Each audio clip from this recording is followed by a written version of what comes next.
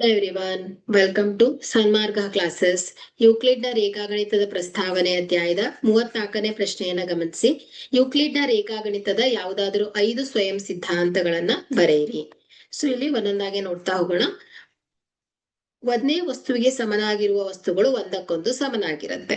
Okay, so A equal to B, B equal to C ಆದ್ರೆ ಏನಾಗುತ್ತೆ ಹೇಳಿ, A equal to C ಆಗಿರತ್ತೆ. Okay, ಒಂದೇ ವಸ್ತುವಿಗೆ ಸಮನಾಗಿರುವ ವಸ್ತುಗಳು ಒಂದಕ್ಕೊಂದು ಸಮ.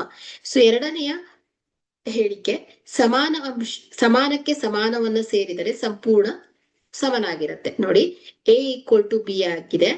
ಸೊ ಇಲ್ಲಿ ಎರಡು ಸಮಾನ ಅಂಶಗಳು, ಇದಕ್ಕೆ ನಾವು ಸಮಾನ ಅಂಶಗಳನ್ನ ಸೇರಿಸಿದ್ರೆ ಅಂದ್ರೆ A plus C, B plus C. So ಈ ಎರಡೂ ಕಡೆ ನಾವು ಸಿ ಅನ್ನ ಸೇರಿಸಿದ್ರೆ ಈ ಅಂಶ ಏನಾಗುತ್ತೆ, ಸಮನಾಗಿರುತ್ತೆ.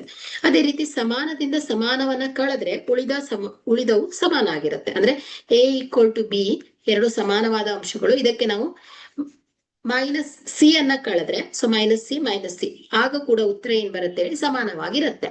ಸೊ ಒಂದಕ್ಕೊಂದು ಹೊಂದಿಕೆಯಾಗುವ ವಸ್ತುಗಳು ಒಂದಕ್ಕೊಂದು ಸಮನಾಗಿರುತ್ತೆ. ಸೊ ಇಡೀ ಭಾಗಕ್ಕಿಂತ ದೊಡ್ಡದು. ಓಕೆ, ಸೊ ಉದಾಹರಣೆಗೆ ಒಂದು ಪಿಜ್ಜಾ ವನ್ನ ತಗೊಂಡ್ರೆ ಅದರಲ್ಲಿರುವ ಒಂದು ಚಿಕ್ಕ ಪೀಸು. ಸೊ ಇದೇನಾಗತ್ತೆ ಹೇಳಿ, ಪಿಜ್ಜಾದ ಭಾಗಕ್ಕಿಂತ ಆ ಚಿಕ್ಕ ಪೀಸ್ ಏನಾಗಿರುತ್ತೆ, ಚಿಕ್ಕದಾಗಿರುತ್ತೆ. ಅಂದ್ರೆ ಪಿಜ್ಜಾ ದೊಡ್ಡದು, ಅಂದ್ರೆ ಇಡೀ ಏನಾಗಿದೆ ಹೇಳಿ, ಭಾಗಕ್ಕಿಂತ ಚಿಕ್ಕದಾಗಿರುತ್ತೆ.